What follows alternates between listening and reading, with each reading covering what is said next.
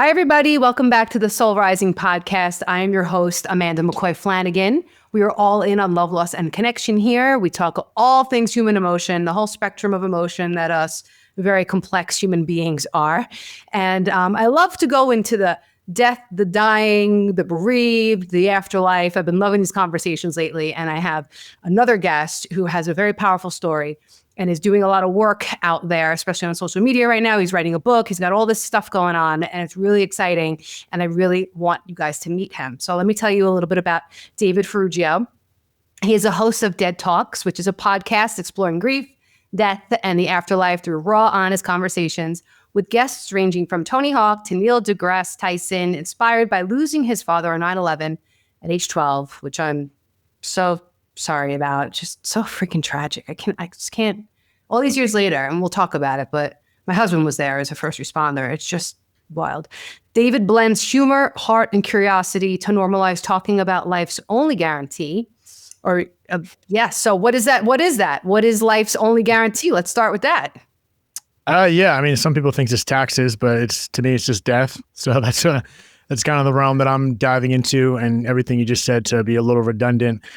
Yeah, my podcast, my platform that's becoming more of a media company than just the podcast, which started it all, is called Dead Talks. And we tried to normalize the conversation around death and everything that falls from that. My experience started from grief at a young age. I lost people before my dad's death when I was 12 in the towers, and plenty of people since then. But my dad's death on September 11th was definitely the big one.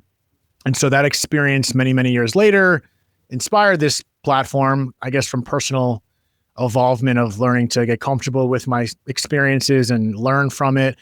But honestly, the big one as well was the fact that I always get those text messages every year, every anniversary. Everyone, for the most part, remembers 9/11. It's kind of in your face a little bit. Yeah. And so I get those text messages. I get that acknowledgement. Not that I'm asking for it, but that's just the way it is. My dad died in the public light.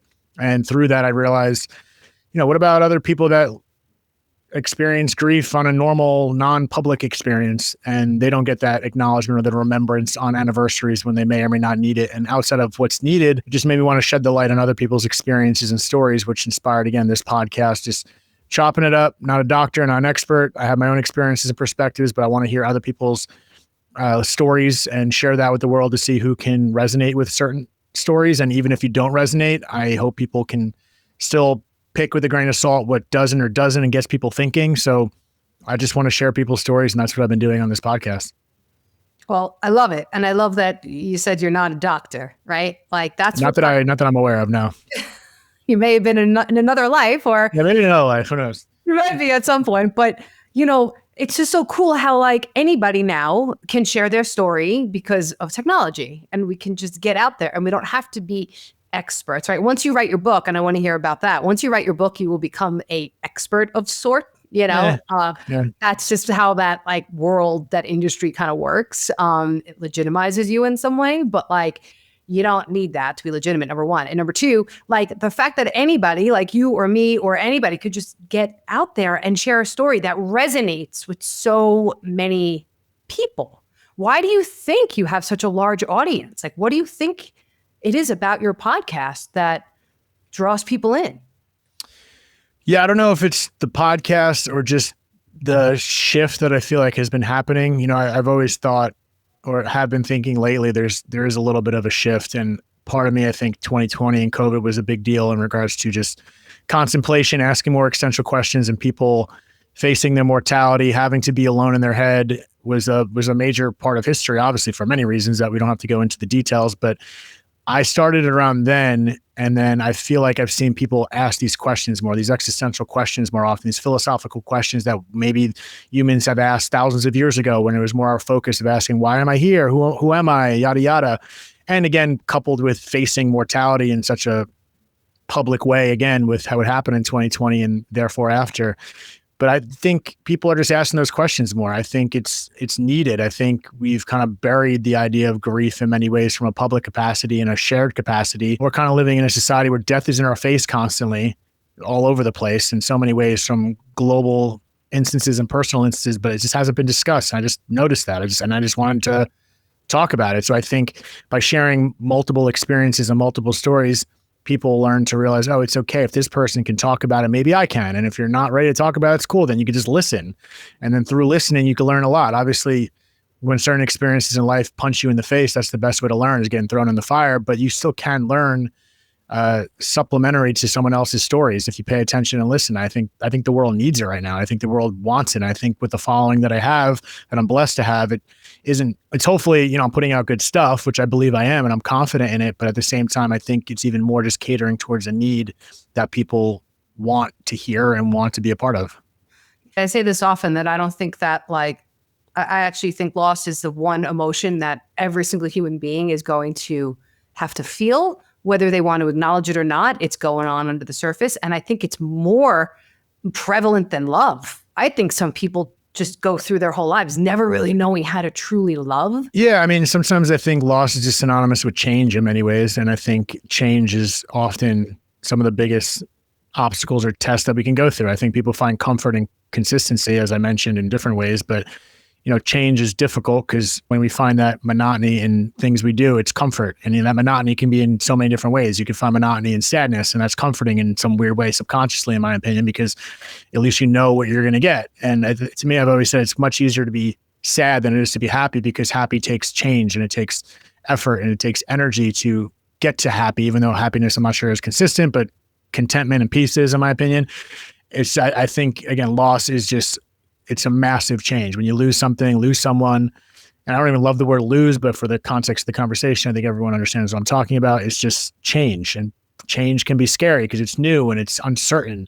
And I think loss catapults you in this uncertain future that you don't know what's going to happen. And you could either embrace it, or you can, dive into fear about not knowing what's going to come, because if you don't know what's going to come, then you're not safe and you don't have security. But it's like, I've been part of so many experiences in my life and witnessed so many people trying to control what's going to happen, but then their plans go to shit anyway. So even when you're trying to control things and hold on to this tight grip, things are going to change anyway. So I think it's like an open palm method, I like to say. It's where we constantly have this idea of like squeezing tight these things that we think we have, this heavy attachment. And then when we lose it, that you feel like your whole world is upside down. And that's okay.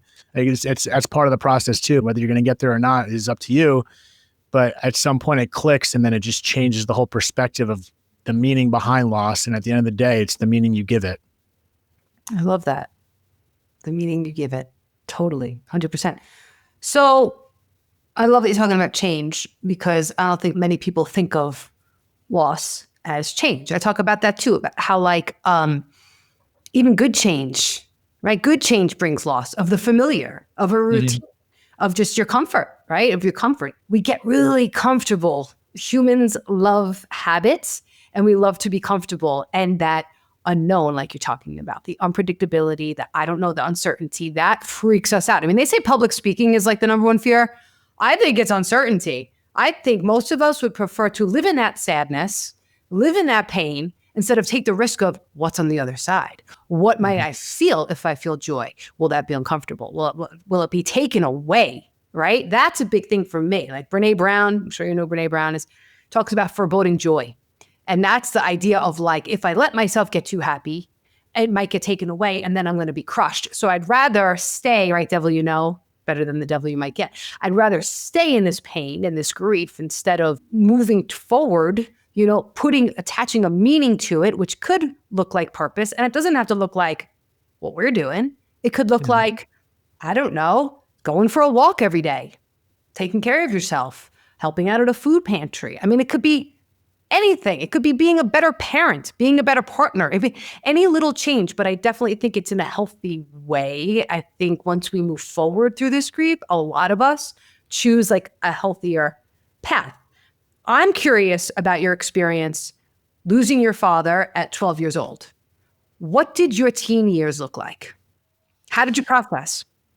Yeah, I mean, a lot of that is a bit of a defense mechanism and blacking out a lot of the things I felt. A lot of my growth came later down the line as I became a man. I feel like a lot of my realizations, a lot of my processing was later down the road. I was blessed to have a big support system. So I had my mother and my sisters, who I was already close with and got even closer with them. So I'm blessed to even have had them as a teacher and them as a love and compassion and support. Any good adjective you can think of, that's what they were to me.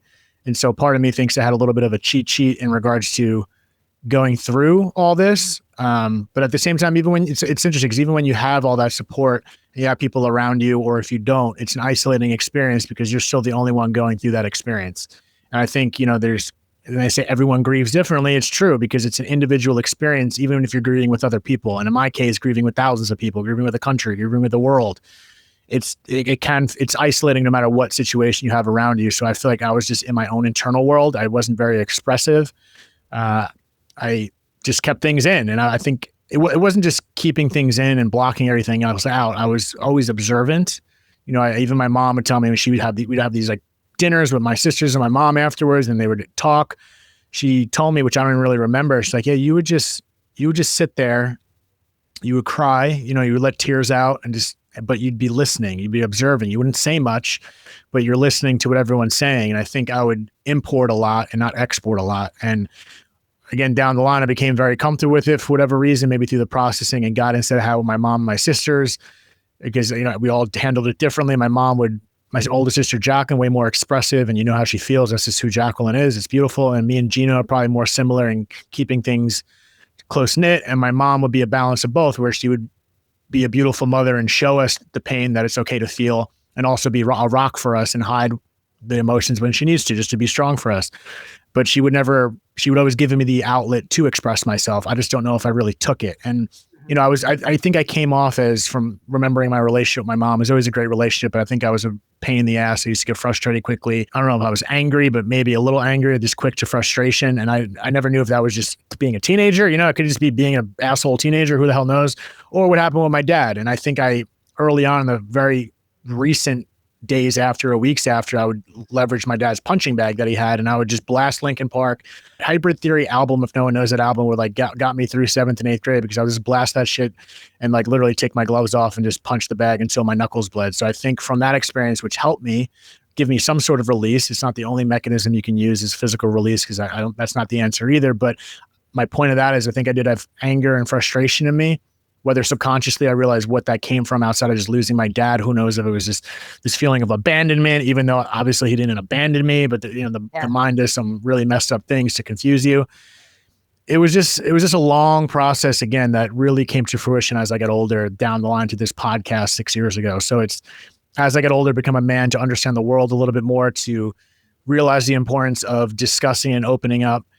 Again, a lot of my realization was as I got older, more than the teenage years, because I think I still had a pretty normal childhood, even though, I was always labeled as the 9/11 boy, which is weird. And people always talk about grief as a loss of identity, because you lost a husband, so you used to be a wife. You lost a wife and you used to be identified as a husband. Now you're not, or father, whatever it may be, or brother. And that's a loss of identity. But also I feel like people don't speak about, which I'm currently writing right now. It's like, no, but sometimes grief becomes an identity marker where you get identified. It's not a loss of identity. It's a new identity, in a sense that, for me, I was a kid who lost his father as a 12-year-old boy. So I'm always that 9/11 kid, and that's a new identity.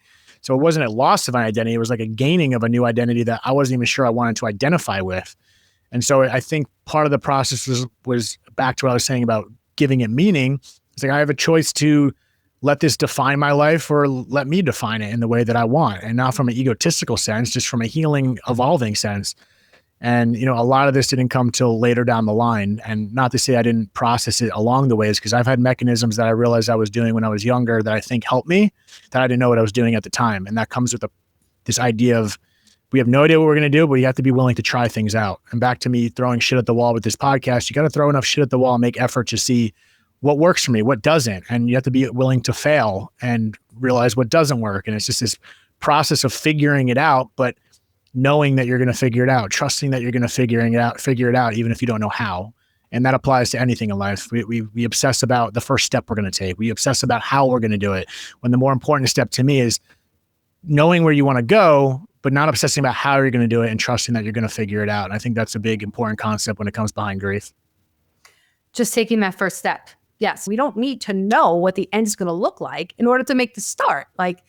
You just got to do it. I think for the most part, we know what's not working. So if you're doing something that makes you feel a way that you think is bad for you, or you're not enjoying where you're at, then at least you know, okay, what I'm doing now is not working, so let's fucking try something else, at a minimum.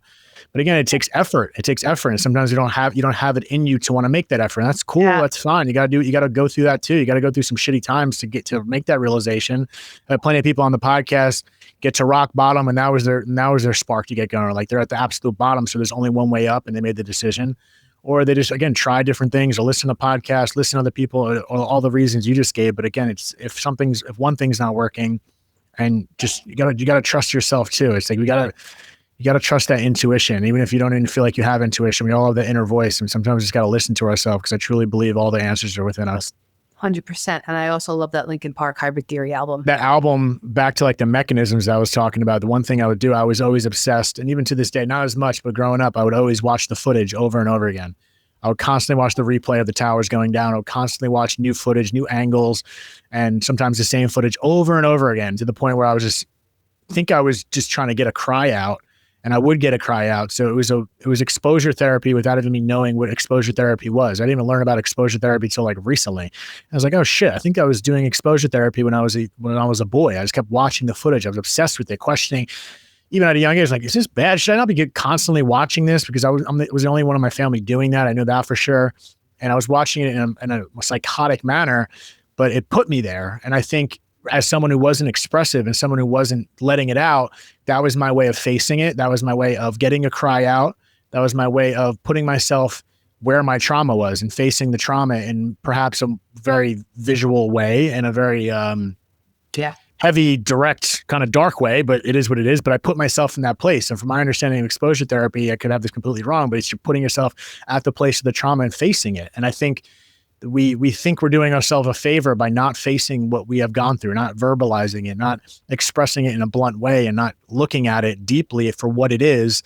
By turning the cheek, we think we're saving ourselves and we're doing ourselves a favor. And I think my body was thinking it was doing myself a favor, because the first time I walked home that day, and I was at school all day on September 11th, my family let me stay in school, and I completely understand that decision, because they didn't know what the heck was going on. It's the last few hours of normalcy for the most part that I would have in my life. And I walked home, I walked into the house, me and my best friend got separated. And I remember walking through the kitchen into the living room, my cousins were, and I believe someone was trying to keep me away from the TV, because at this point, this is the afternoon, so the towers already went down. Towers are done. So I walked into a house where everything was already finished. And I see the TV, I forced myself to it, and I saw the towers go down for the first time. And again, that was a replay. It was all done, which is the weird part looking back. Like, this wasn't live. It was just footage that already happened. It was already knocked down. It was already demolished. Mm-hmm. And as soon as I saw the towers go down, I realized what the hell just happened at 12 years old. And I cried. I remember just bursting into tears, and everything went black. And my point of telling that was my body, it was so heavy and so much trauma to digest as a young boy, let alone anyone, that I think my body was just system overload, shut it down. And I blacked out in a sense, because it was too much for my system to handle. And that was my body protecting me in the moment. But it's not going to protect me for the rest of my life. If anything, it's like, okay, we're going to shut it down for now, but you got to figure this shit out later. Otherwise, it's going to fuck you up even more. And so my point of that is, again, even our bodies recognize the importance of diverting maybe a trauma that has happened in the meantime for the temporary survival method. But down the road, that's still buried inside you. You got to handle it by facing it, by exposing yourself to the realness and the raw, quote unquote, reality of what's happened. And I think I was doing that accidentally by constantly watching the footage. I'm not saying you have to constantly watch this might not be work for you, but I think it worked for me. And it got me really comfortable with it down the line. Hence why I have this podcast and I could talk about this story. And of course, there's still emotions in there, but I've processed it in my way. And that was one early mechanism that I feel like really worked for me. Thank you so much for sharing that. I love that. And I love that you had your sisters and your mom, and that, like, females, we're just more emotional creatures, and we talk a lot. And there's lots of men out there too. It's just, I'm very big into divine feminine, divine masculine energy and all of that. But I'm so glad that you had that message of, it's okay to feel. You said it's okay to feel. And then you forced yourself to feel through the exposure therapy. And it's interesting because, definitely, like you said, it worked for you. It might not work for everybody. What works for one person might not work for another. But like that exposure therapy, I am a fan of stepping into the fire. I personally feel like you have to face something. Like you have to, like when I got sober, so I'm sober. I don't know if you know that about me, but I've been sober a really long time. And like the first month or two, I was getting together with a friend who I used to drink with. And I knew that she'd probably want to have a drink. Like we were going out to dinner. And I'm like, we'll go to this place and we could sit at the bar. And I did that purposefully. I don't know if I was conscious of it at the moment, but I was kind of like, I need to put myself in that situation to know that I can handle it. Like they say in recovery, like stay out of the lines down, like you're going to get bit, you know? And like, I wouldn't recommend that or do that over and over and over in early recovery. But like you watching that over and over, it like made it real in some way. Like at some point your brain started to register like this happened, right? Because we go into that shock, we go into that trauma. When my brother died, my brother overdosed 7 years ago. And when I got the call, I literally walked around my dining room table for 45 minutes. I just paced. I didn't even realize that. My husband told me that like a week later. He's like, you realize you walked around the dining room table for 45 minutes? And I was like, no. It was the only thing my body knew to do. Like you talked about your brain and your defense mechanism. But I do want to say to that end, exposing ourselves and reliving trauma, they know now, is not necessarily the way to heal trauma. But in the beginning, I think it is helpful. And there's science that's proving this, that like, yes, we have to talk about it. We have to feel it. We have to relive it. We have to go into the lion's den. We have to face the fire. But at some point, it stops serving us. We can't keep living in that place, but it serves a purpose in the beginning. And then we have to move forward because you just carve the neural pathways even deeper and deeper, right? So yes, we're all different. We're all different soul paths. What's going to work for one person and it's not going to always work for another. And that's why I love that there's so many different ways to heal. And ultimately what we're coming back to, and I want to circle back to what you said about a new identity. And I want you to tell us more about your book and how that all happened. But like, yes, we're not, you could look at it as, oh, I lost this, or you could look at it as I'm gaining something. I'm becoming, I would not be the person I am right now if my brother didn't die. And of course I would rather him back than to be the person that I am. But I know that being in the depths of hell and despair, curled up on the floor for like 3 months, like I knew, like once I scraped myself up off the ground, I was like, okay, now what? Like now I'm different. I'm different. That experience in and of itself, whether I went and sat in the therapist's office or not, which I did for a very long time, but it just changes you. It's like this thing that happens without our consent even. So tell us more about the new identity and your book. Oof. Yeah. I mean, it's a new identity. I just plain stated, it's a totally new life. It's a totally new normal. Everything got switched up. You have these plans. You think, at 12 years old, I'm gonna have my dad forever. We're gonna have so-and-so forever, but that's just not what it is.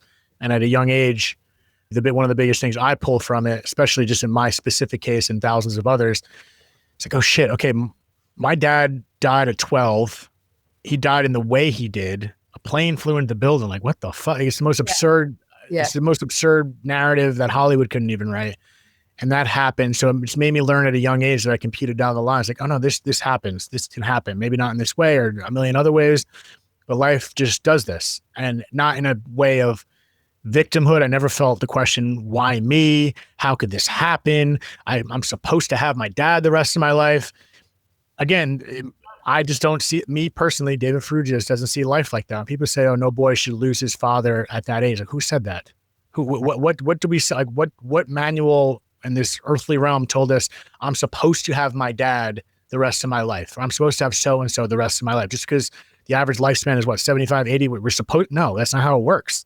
So at a young age, I just learned that life can rock you, and then after you get rocked, it's up to us to respond. It's up to us to make the choice. And we may not have chosen this decision, and then it's a whole other conversation whether we chose this life. That's a whole spiritual conversation we can or cannot have. But in this world, it's like, oh no, this shit can happen. And it just made me not desensitized to life events, just more aware and more prepped to expect the unexpected in a sense. And it ties back to everything we just said earlier. If I'm expecting the unexpected, then I'm not going to be fearful of the unexpected. I'm just going to be ready to rock and trust myself that I'm going to figure it out. So it all kind of ties together with everything I said earlier. And it's again, when I say a new identity, it's an identity that people can put upon you, and it's an identity you could put upon yourself, but you still have the choice to create your own identity. And not even obsess about identity. Like I don't even like these titles, but just for the art of conversation, you're creating a new identity and a new way of life because everything has just changed because you had all these future plans. You're going to be grieving a future that you just lost, and you have to create this new identity. But that's just like a small point of this book that I'm writing, and it's mostly done.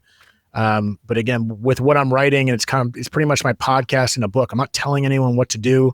You're going to hear it from my perspective. Take it with a grain of salt. I just want people to feel like they can start thinking off what I'm saying and sharing other people's stories that I've had on the podcast that I'm sharing in the book. So it's an eclectic book. It's not just my story. Like, chapter 1 is literally just my story, and the rest is just a conversation about my experiences, other people's experiences. And I just want to get people thinking. And there's not one way to do it. There's not a formula.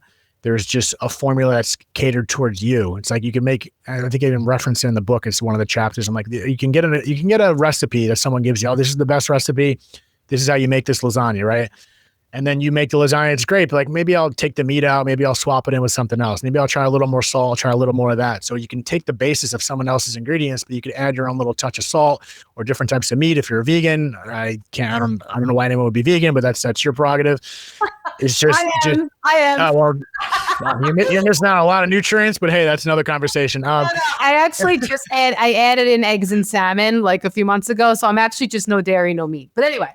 My blood sugar has been excellent for the past 5 years. Yeah, but my point is that's cool. Whatever ingredients work for you, and then maybe down the line you realize, oh wait, I'm missing the most nutritious thing I can eat, which is red meat. But that's a whole other conversation. Outside of that, you can add whatever ingredients you want. That's the whole process. And it's like, I'm not trying to tell anyone this is the only recipe you can do. You can take some of my ingredients or you can make it your own. But I just want to get people thinking. I want to share my experience. I'm going to share all my lessons that I've learned mostly through other people, let alone my other things. So it's a death book more than a grief book, even though it might be on the grief section. Who the hell knows? I could ask my publisher. But I think it's just more of a death book. And I think this contemplation of death isn't morbid. I don't know why everyone thinks it's so morbid. I know why people think it's morbid because it can inherently be, but it's two sides of the same coin. So if life and death are on the same coin, then we've got to know both in order to experience the other. And without contemplating death and facing it and being aware of it, it's just, I don't know. I think we're missing out on an opportunity to live life. And that's just what I'm hoping this book does. It's just a conversation, a healthy conversation about death that hopefully gets people, whether you've grieved or not, living a fuller life. And that's what I believe has come from my experience. You are excellent, by the way. Like, just the things that you say. I have so many things written down that I'm not even going to get to, but like. Looks like a ransom note. You can read that shit? You know what? I should have been a doctor, right? Like, look at that. I can't even that's like a prescription for my grief right there.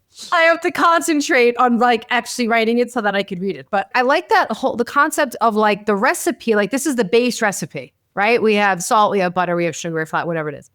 And then make it your own. And I think that's what like a lot of people are doing now. Anybody who's like creating stuff, I feel like a lot of stuff has the foundation's been laid.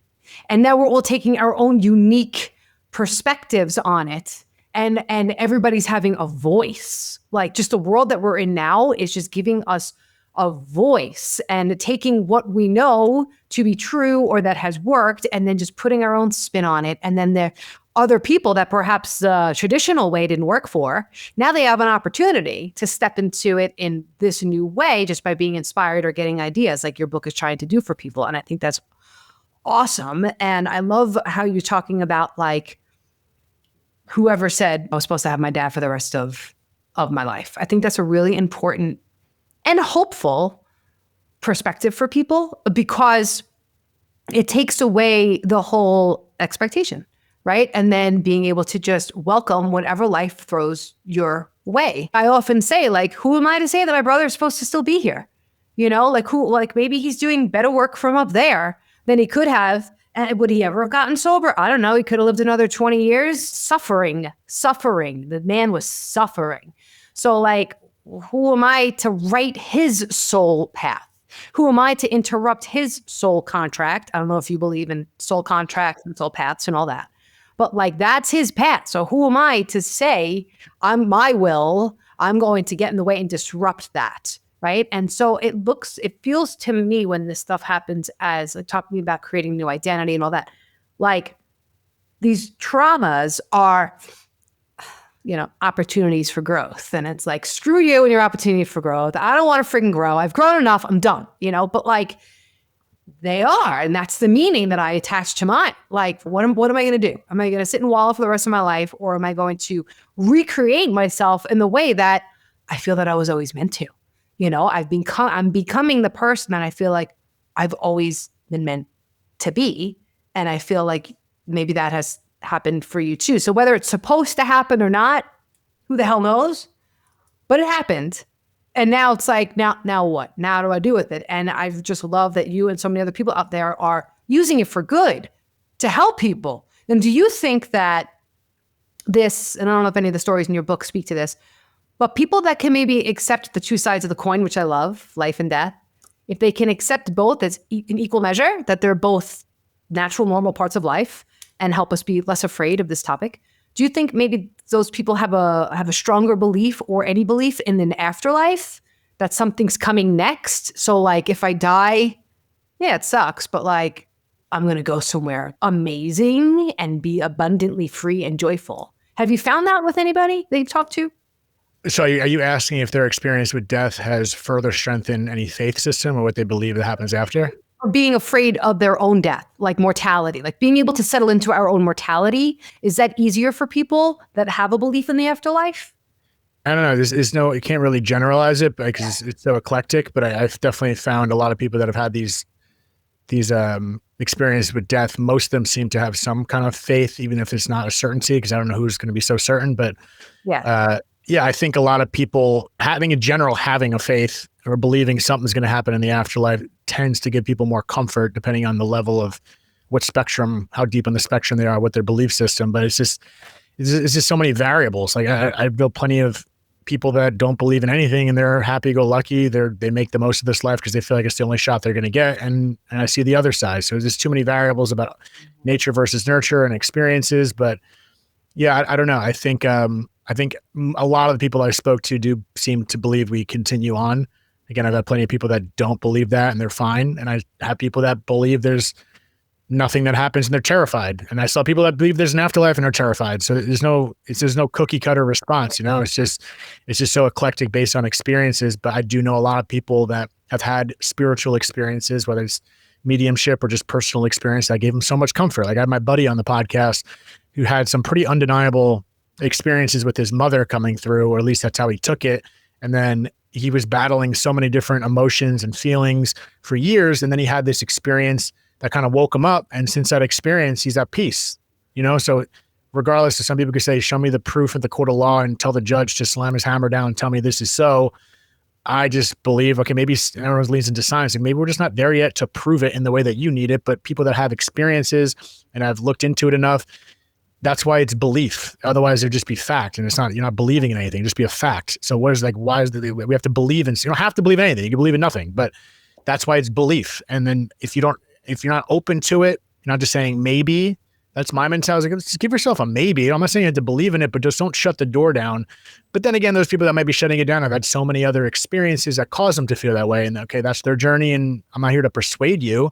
Have your own belief. So that's a belief in the same way. As people say that, yeah, it's just your belief. Well, it's your belief too. You go to the same side. I always put the burden on the person to prove it. We'll prove, in my opinion, it's like, okay, we'll prove that it's 100% nothingness after that. Like that, to me, just we die and then the person's dead. Okay, well, that's not a proof to me. Like it's just a belief. It's always a belief. And a lot of people that have the experiences, that's enough proof for them because it's a knowingness and it's a feeling. And I think if we lean into that intuition, that feeling, that's enough of an answer. But to me, in my mentality, I'm just like, I have my beliefs. I have ideas of what I think is going to happen based on my conversations and readings and personal experiences. But at the same time, I'm just like, all right, this is what I feel. This resonates for me. We're going to find out. Until then, I'm just going to make use of what I have right in front of me. It's very open-minded of you. Tell us, I saw on your Instagram page a story of, I think it was your mom hearing you hearing your mother read off your father's name in the 9/11 museum. Yeah, that was cool. Right? Yeah, that's one of those things. And again, people, I'll share the story without boring your audience, but it was with my girlfriend at the time, and we went to New York City, downtown where World Trade Center is. And I was like, hey, I recommend seeing the memorial. It's beautiful. I've been there a million times, so don't go in there for me. But like, if you want to go, let me know. So it was very improvised. We didn't have a time stamp to go in there. And so she thought of us, yeah, let's go in there. So we walk in, I walk into the memorial and we go down the long escalator, and there's one section we just kind of beelined it for, just not really planning on where to walk throughout the museum. And as soon as you cross like this one line, you start hearing the audio of people speaking, but it was the first voice I heard. As soon as you get to the point where you get the threshold of you can hear it, it was like, you can process things quicker than things are happening sometimes. So in my head, as soon as I heard that voice, I'm like, oh, sorry, why does that sound so familiar? And all I hear is, and my husband, David Francis Ferrugio. And I was like, me and my girlfriend at the time, look at each other and we go, holy shit, that was my mom. And that's on replay. That's 20 years of, I don't know how they structure it, but that's hundreds and thousands of people speaking over the years, reading the names of the people on the memorial. And we both got just the feeling of the chills. And of course, my brain could be like, okay, of course, yeah, it could be a coincidence. But I'm like, I've been here so many times. What are the chances? As soon as I walk in, I hear my mother's voice say, and my father, David Francis Ferrugio. And I'll just never forget it because it just felt like something special. And I give it meaning as just a little tip of the cap, a little nod of my dad.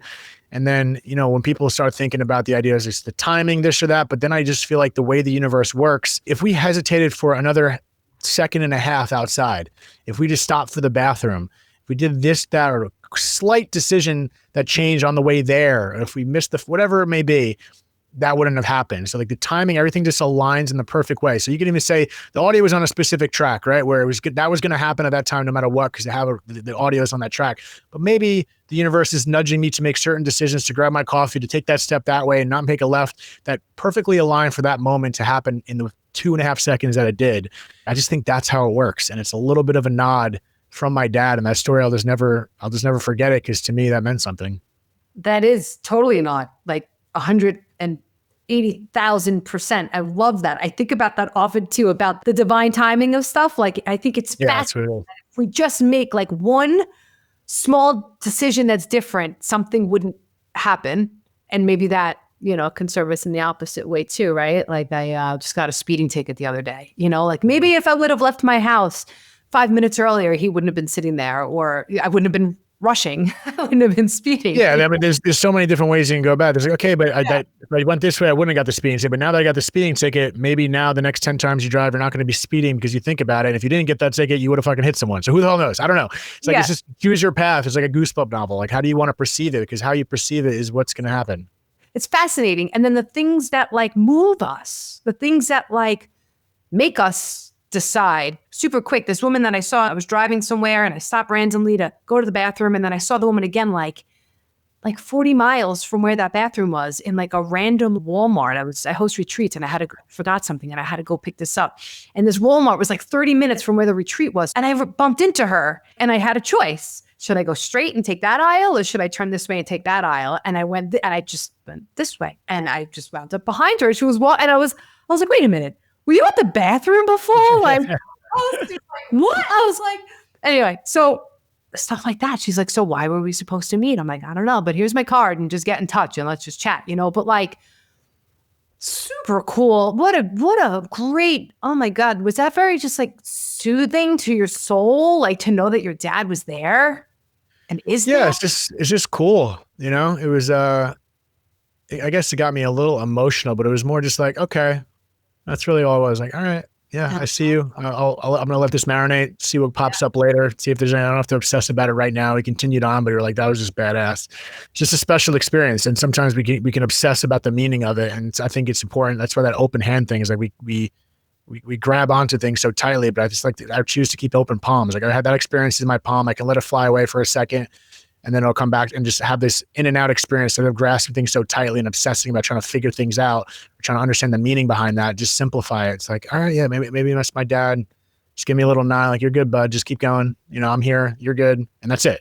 It's like, we don't have to, we can't go down the rabbit hole of the logical brain trying to this, that, and the other. But I think we just overthink so many things. We overthink everything. It's like, just make a decision. Just make a choice. Like, you're struggling to make a decision where to go eat. Okay, just pick something. And then if you don't like it, all right, you're going to eat tomorrow if you're blessed to have food on the table. It's just, we just overthink so many different things. And sometimes I really just believe in that first choice sometimes. And I'm not saying the first choice is always the right one, but if that first choice feels like intuition is speaking to you, then just like trust that and just make a decision. Let the cards fall. Just let the cards fall, because indecision can be even more detrimental. And maybe that indecision is letting the brain chatter too much, and then it's taking on a path that's not going to serve you as well because we didn't listen to the first couple that came through that felt true to ourselves. Then we start doubting it.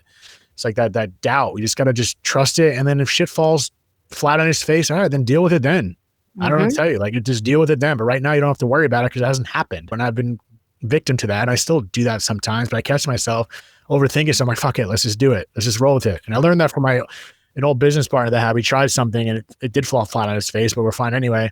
I'm very more like, okay, we got to do this, got to do that. Let's like map it out. And then he's like, I don't know, man, like this isn't going to be perfect. Let's just put it out there, see how it does. And we'll figure it out. And I took that lesson to him. I'm like, yeah, you don't have to, it's not going to be perfection, let alone ever. It's just, sometimes you just got to just put something out there, make a decision, figure it out as you go. Cause you're not going to have a choice and you just trust yourself that you can figure it out. Everyone's capable. It's just this, again, fear of uncertainty. And within the fear of uncertainty, you start creating these stories that don't even exist yet of what can happen, what bad can happen. It's usually always negative because it's a survival instinct. But why can't it just be positive? Like, why can't you just literally just flip the script and create an imaginary state of what could happen if it's great? And people are like, how can I can't think of something, like, I can't imagine something that's like, why can I imagine something that's great? I'm like, what my easiest analogy is all these fears we have are a lot of the time in the future, something that hasn't happened. A lot of the fear is something that may have happened already. Of course, there's fear that's happening actively. Like the saber-toothed tiger is chasing you now and you got to fight or flight there. You could survive that. Your body's supposed to go in fight or flight in that moment, but it's not supposed to be there forever. And we're creating this fearful idea about something that hasn't happened in the future, or even something, again, in the past that is done. It's over. It's not happening right now, but we're creating these ideas of what has happened and what will happen that hasn't even happened.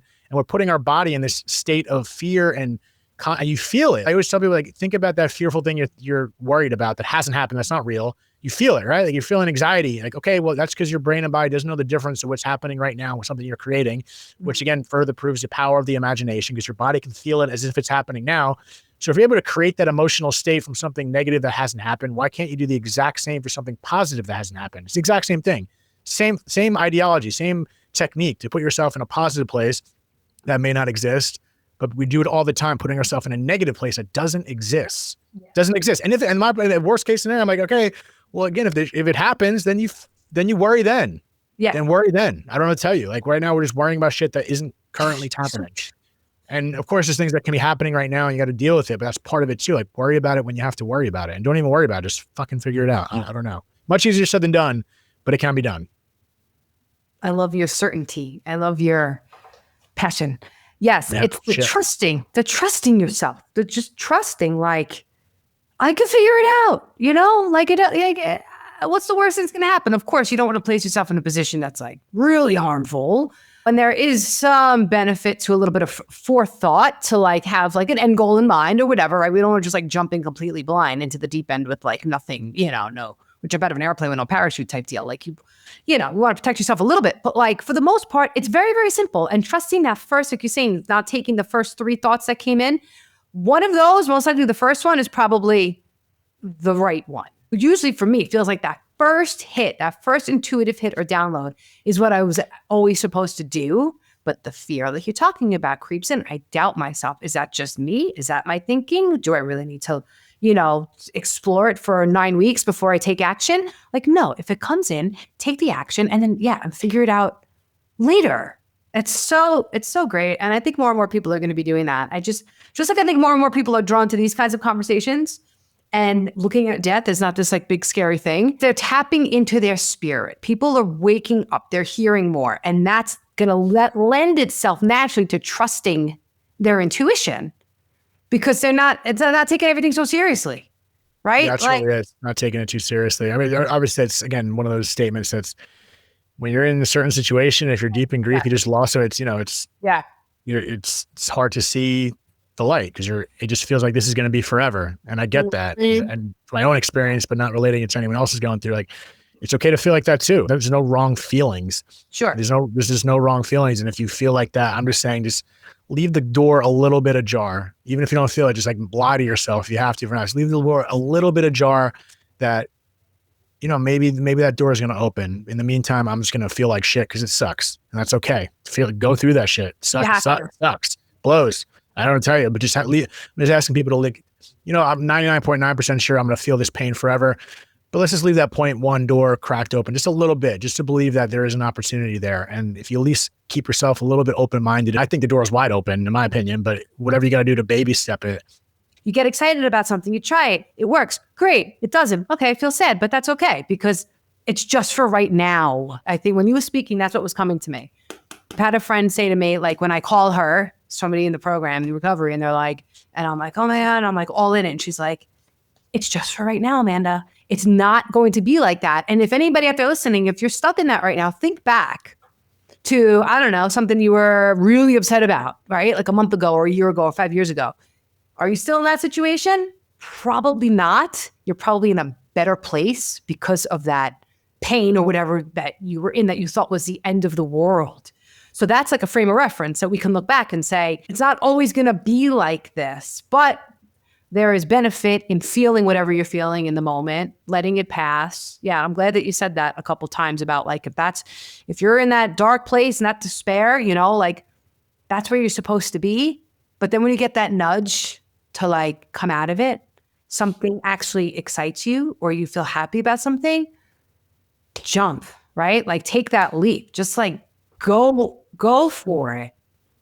I think it's important to understand that it's okay to, even amidst when you're like really in it, it's okay to feel, you give yourself permission to feel a little bit, like don't feel guilty that you just laughed at something on the TV and like you just like so-and-so just dies. Like, oh, I can't feel like, why am I laughing right now? It's like, it's okay to like dive into that moment even for a minute. It's okay to laugh. It's okay to find moments of levity throughout the darkness. And if you're going to go back in the darkness, okay. Just don't feel guilty for finding some kind of peace in your darkest time. Like I remember I was in the ICU with my mom when she had went to cardiac arrest in 23.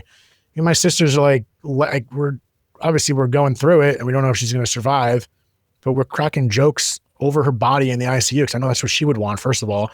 But we would laugh, have a moment, and then go back to the worrying. It's like you could have those little pockets of happiness until you could really expand upon the happiness to find more consistency through time. But give yourself permission to find happiness amongst the grief and amongst all the bullshit we're going through. Like you can find those little pockets of relief, those little air bubbles, if you will. Totally. You're allowed.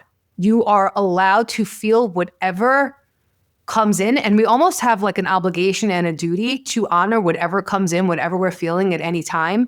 Because that, I believe, is our soul speaking to us and our spirit, like waking us up to embody. That's what that word, to embody, to feel it inside. It starts with the thoughts. You're feeling this or you have a thought, which then leads to an emotion or however that works. And then it affects your body and our cells are changing. And you probably know all about like our DNA and we're having like an upgrade and like we're just changing as a species, right? So it all is necessary because how we're going right now, we're not really doing too hot.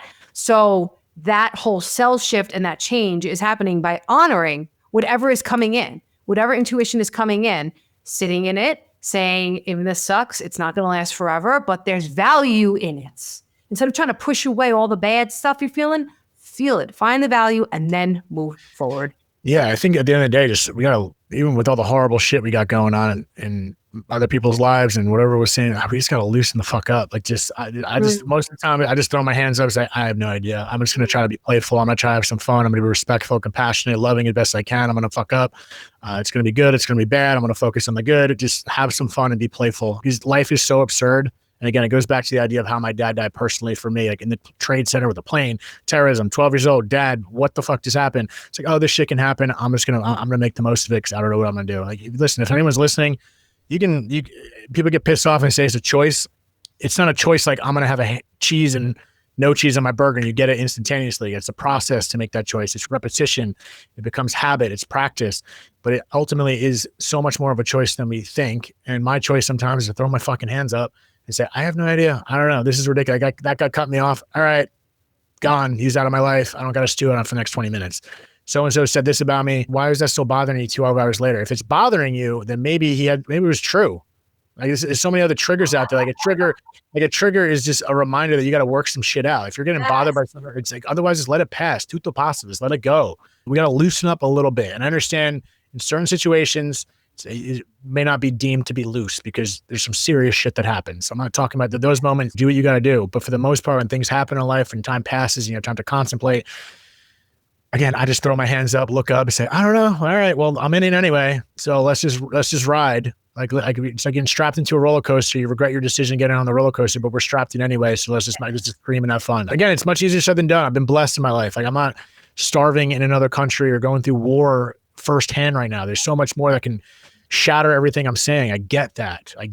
But in the meantime, if you're not blessed in a certain situation, lean into that. Be that gratefulness. I've seen people like when I was traveling in Cuba in it's Cambodia actually. I was in Cambodia in 2017. I hired this little driver to drive me around. We had lunch on the side of the road, and he was telling me I make like a couple bucks a day working in the fields, maybe like $3, $4, $5 a day, this, that, and the other. And it was such a contradiction because at this time I was working with my cousin's design company. I had no idea what I was doing, but he was designing some of the biggest homes in LA. One of the homes just listed for, I think, $250 million. I remember I'm walking the streets of Cambodia when I found out, and I was like, it's so dumb. Like that is so dumb, first of all. And then I had lunch with this man who's making $3 a day, and he was genuinely seemed happy. He was at peace, and he was grateful for this meal that we were having. And in my head, I'm like, the contradiction of across the world and what people are going through, and this man can find happiness. And granted, we had a few hours together, so there's more I'm sure he struggles with. But from my understanding, intuition, and what he was telling me, like this dude was happy. He seemed at peace. And it just made me realize, okay, that's a frame of mind in many capacity. Who knows if it's ignorance, but we could choose ignorance too. Ignorance is bliss for a reason because you're focused on a certain pathway there. And it was just like eye-opening of just the spectrums of what this man, the life he lives, which I would feel like I'm struggled in this, that, and the other, and he was at peace. And it's just perspective. And that perspective shifted the way I see things, how blessed I am. And there's people that don't have what I have. There's people that have more than I have, but it doesn't matter. It just doesn't matter because it goes back to the conversation of death. It's all going to end anyway. And I think it continues. It's another conversation, but it's like this pain isn't forever. I just know that for sure. And even if you don't believe in an afterlife, we know you're going to die, right? So like that pain is not, it's going to end. So if we know it's going to end, then what are we worrying about? Yeah. And making the most of it while we're here when we can. Talking about happiness being a decision. Yeah. For most healthy-minded people, I would say. I mean, there's been times where I couldn't pull myself out of it, right? If you suffer with anxiety, depression, any kind of like mental disorder, mental illness. Yeah. So many battles, a lot of battles. Yeah. Making those decisions are beyond your capacity. But for the most part, right? Like today, like I could wake up today and I could decide, am I going to have a good day? Am I going to have a shitty day? Right? It's just all the way that I'm going to choose to look at it. And I love you talked about the playfulness and the gratitude and the joy. Like that is so important. I don't think people realize how much trying to embody those emotions are going to help the planet, because that's the high frequency energy. That's when you're stepping into the high frequency energy, when you're feeling lit up, when you're feeling alive. So trying to get there is not just for our own personal, it's just like what the basis of all my work is about. It's about all these ways that we can step into this high frequency energy, recode ourselves, all of that to then program the energy of the universe and the earth. And not to say that we're supposed to stay around forever. Definitely don't think that. I definitely think if that asteroid needs to hit, it's gonna hit, regardless of what we do.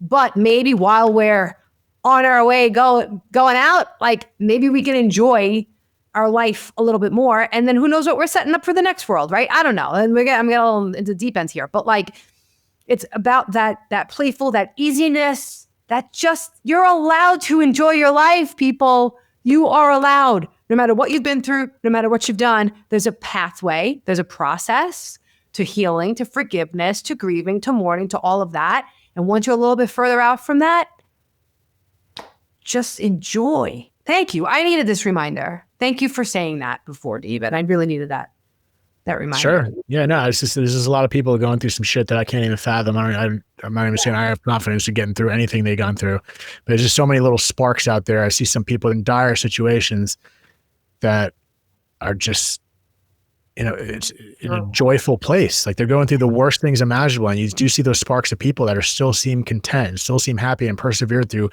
things I can't relate to, that I have no business even talking about. And where I would even be like, my shit doesn't apply to that. Look what they're going through. But then you see these little sparks of people doing some unbelievable inspirational shit. It's like, what do they got? Like, what is that person doing that the same people in that situation can't do? Because they can, but what is that person doing? What is the difference there? And I just truly feel like it's whatever's going on in their mind. I truly feel like you're right. I know. Who the hell knows? I know nothing. I don't know. I know nothing. No, you do. You do. You know a lot. And you care. And that's why people tune in to listen to you, because you have, it's great to have humility. And I love that. We need that. But you also have, a lot. You have a lot to share. So you're going to be you're going to be sharing more of that in your book. So tell us about what you're doing. What do you got going on? Books? Oh God, I have no idea. So I got a publishing deal. Gratefully, it's due end of the year. And it'll be releasing, and not till we got a while out here, so this isn't going to be useful for most people, but it's going to be releasing September around the 25th anniversary of 9/11 next year. It'll be done this year. It's mostly done now. I got a lot of work to do. I have no idea what I'm doing, but I'm just letting it rip. And hopefully more people buy it than just my mother. At least I'll get one sale out of there and around much. But no, I'm excited. It's cool. It's cool. You have two cents. Thank you. It's cool to do it. I don't want to just write a book just to write a book. Like, it'd be cool to accomplish, but I'm letting it go. I'm not like worried about the results and the numbers and this shit. I just want it to be good and help a couple people at least. If it's meant to help a lot of people, then so be it. If it's meant to help a few, then so be it. But I'm just trying to do my best to put something useful out there, put something good, and it's just going to come from me. It's going to be authentic at the worst. And if I maintain that mantra of writing something authentic that's me, then it's a success already. So we'll see what happens. It is a hard process. I've written a book, and it's a very difficult process. And the remembering your why is, and I'm sure you know that, is like super duper important when you're going through that time. The first chapter is about my brother's death and getting the phone call. And every time I'd have to edit it, right? You got to edit this thing like a lot. I would cry and I'd be like, why am I doing this? Why am I doing this? And then I would just remember the why. So you have a very strong why. You're very passionate, and it's going to be very successful. I appreciate that. I think that's freaking awesome. All right. So tell everybody, where can they find you? Where should they follow you? All that good stuff. Don't look for me at all. Don't listen to my show. But if you want to, it's just called, again, Dead Talks Podcast, 2 words, Dead Talks. And full episodes on YouTube at Dead Talks Podcast, Spotify, Apple podcast platforms, or if you want social media, it's Instagram, Facebook. I'm sure you'll plug the links, but you just look up Dead Talks Podcast. It should pop up. So if anyone's into it, it's not just me yapping all the time. I got plenty of amazing guests from, big names to people that aren't in the public light. And sometimes, most of the time, those are the best stories, to be honest. But other than that, check it out. We're exploring death in many different ways, not just from grief, spirituality, near-death experiences, religion, and a lot more. So it's a lot more to come beyond the book and the podcast, but that's what I got so far. Really awesome. All right. So you said so much, but do you have one quick little tidbit or word of advice or wisdom that you want to share with people? Just be easy on yourself. I'm not going to spit any Aristotle, Plato words for you right now, but I just think we got to be a little easier on ourselves. And I think most of the time we're our own worst enemy. And just take a breath. Don't judge yourself so hard. Don't question all the things you're doing. You can look into it and learn from your decisions, of course, but just take it easy. Just give yourself some grace. There's times to be hard on yourself and challenge yourself, but at the same time, sometimes I think we're putting too much pressure on ourselves. And just look yourself in the eyes. Sometimes that's a powerful thing. It's to literally look yourself in the eyes in the mirror and just say, it's all good, baby. To say it's all good. It's going to be all right. Even if you don't believe it's going to be, and just take the pressure off the gas when you're giving yourself a hard time for making the wrong decisions, because it's going to happen, and pat yourself on the back more often than you think, even for the little things.